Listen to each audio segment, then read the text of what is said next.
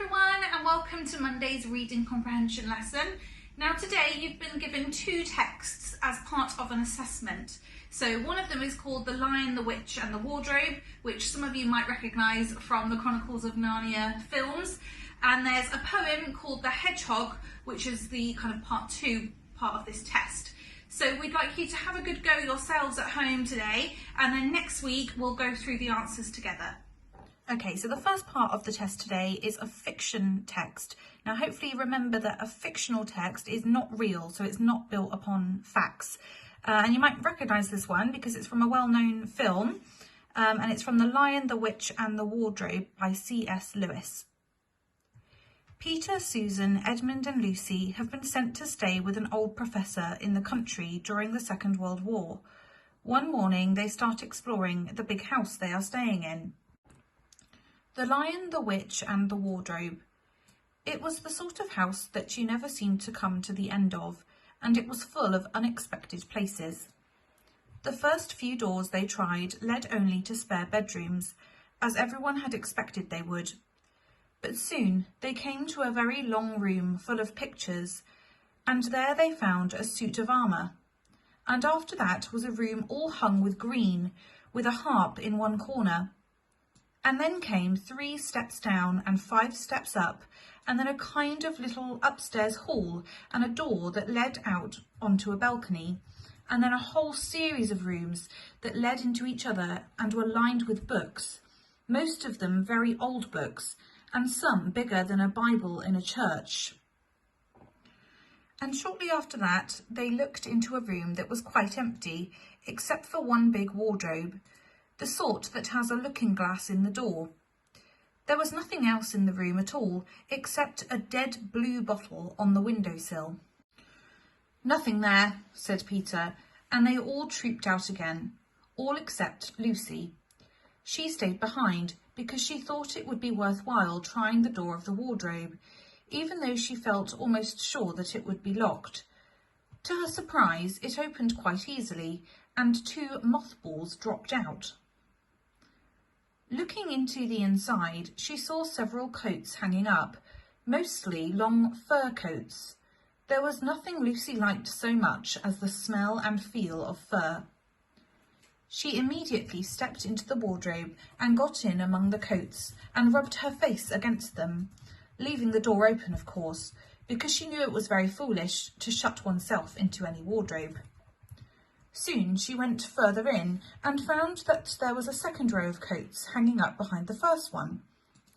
It was almost quite dark in there, and she kept her arms stretched out in front of her so as not to bump her face into the back of the wardrobe. She took a step further in, then 2 or 3 steps, always expecting to feel woodwork against the tips of her fingers, but she could not feel it. "This must be a simply enormous wardrobe," thought Lucy, going further in and pushing the soft folds of the coats aside to make room for her. Then she noticed that there was something crunching under her feet. "I wonder, is that more mothballs?" she thought, stooping down to feel it with her hand.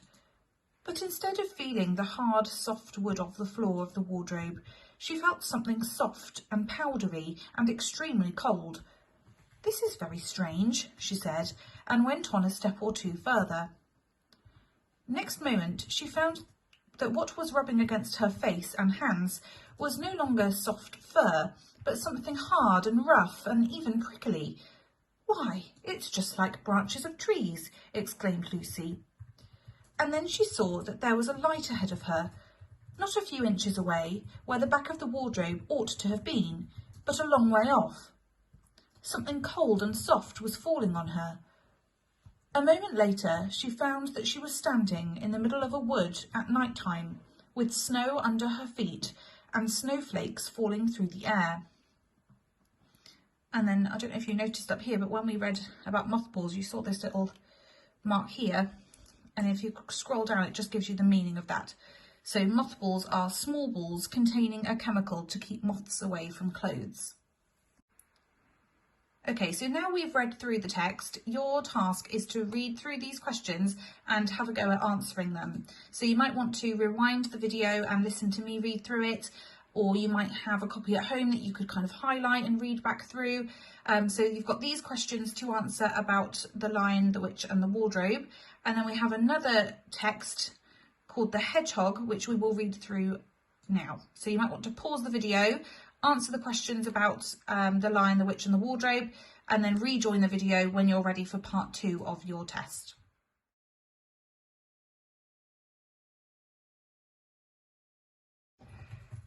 Okay, so hopefully you've had a go now at part 1 with the questions about the Lion, the Witch and the Wardrobe. For part 2, we're going to be looking at a poem called The Hedgehog. So for those of you that find reading challenging, I will read it through for you. But if not, pause the video and try and read it through yourself. And then have a go at the questions. The Hedgehog. There's a hedgehog in the garden, come and see. When he's still, he's like a pincushion that breathes. When he moves, he's like a fat, freckled mouse following me, all over the place with pitter-patter feet. He snorts and snuffs and sniffs my shoe, then hauls himself over the rise. We'll introduce him to the cat, but she runs away, into the box tree, all hidden save her eyes, and nose and twitching tail, then suddenly leaps out and pounces. Can you blame her? He's drunk all her saucerful of milk. 3 fluid ounces. Caught? Not likely. She pulls up short, and dances and prances and soars. The air all around him, mighty dainty with her paws. Then, defeated, slinks away, to sulk or chase less prickly prey. It's chilly now, and getting late. We'll cover him with a pile of autumn leaves, and let him hide or even hibernate. In the morning we'll creep over the lawn and part the leaves and peer inside and see if he's lying there asleep. I hope he is. Okay, and then similarly to the last text, you have some questions here all about the hedgehog that we would like you to read through and have a go at answering.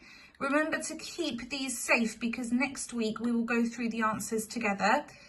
So you'll need them ready for next Monday to go through and check your work. Good luck with today's learning, and I will see you again next Monday for another reading comprehension video. Bye!